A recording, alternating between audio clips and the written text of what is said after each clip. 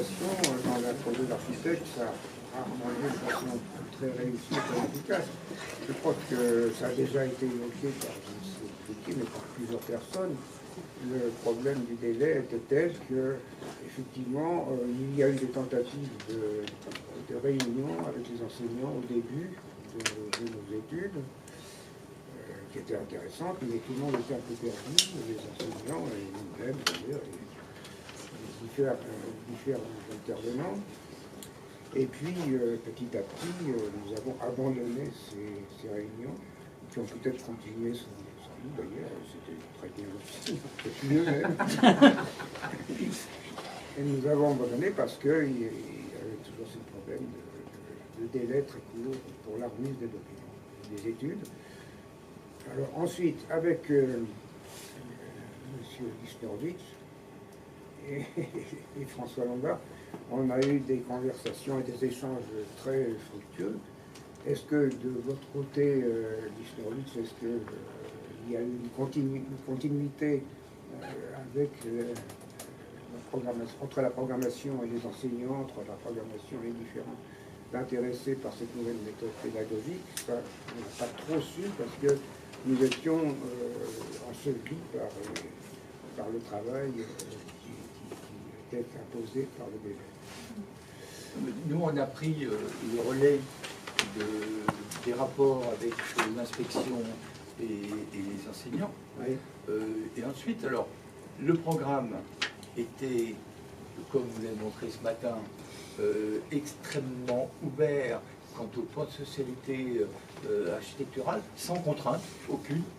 Et heureusement, compte tenu de la difficulté du site, des contraintes du site, donc heureusement, par contre, les cahiers des charges pédagogiques étaient extrêmement précis en termes de surface, en termes de... Ah oui, oui, absolument. En fait, vous avez travaillé sur cette base et vous l'avez adapté merveilleusement bien à ce qu'allait faire l'équipe pédagogique. Quand il y a ce dispositif de fontaine, la polyvalence des espaces, c'est vous qui l'avez mise en œuvre. Oui, mais c'était pas...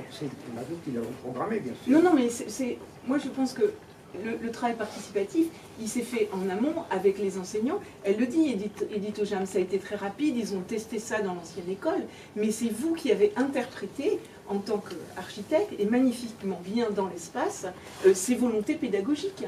C'est oui. Dans ce sens qu'il y a eu aussi participation de l'équipe enseignante pour la programmation. Et peut-être, ce qui est peut-être à souligner, c'est peut-être en 2 temps.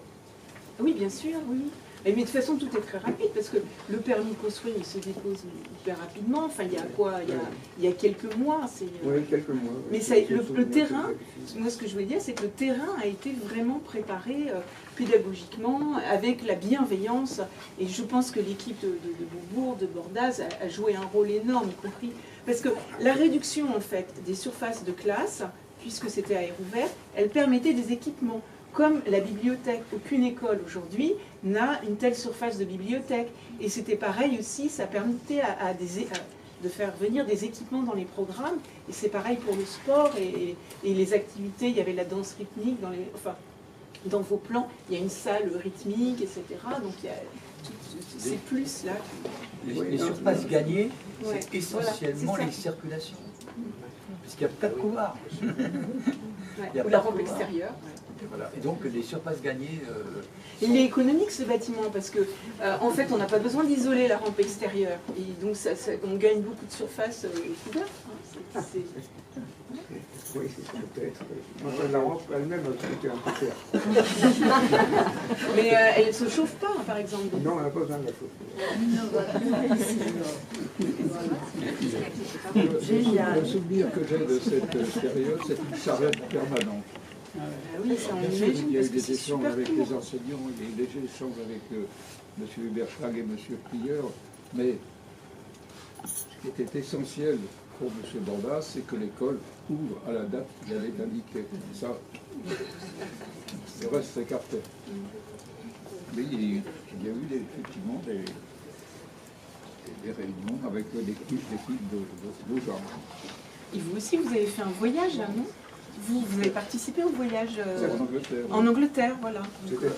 Là, un voyage, c'est l'occasion aussi de discussion avec l'équipe pédagogique, c'est une façon de On était tous ensemble en Angleterre. Bah voilà.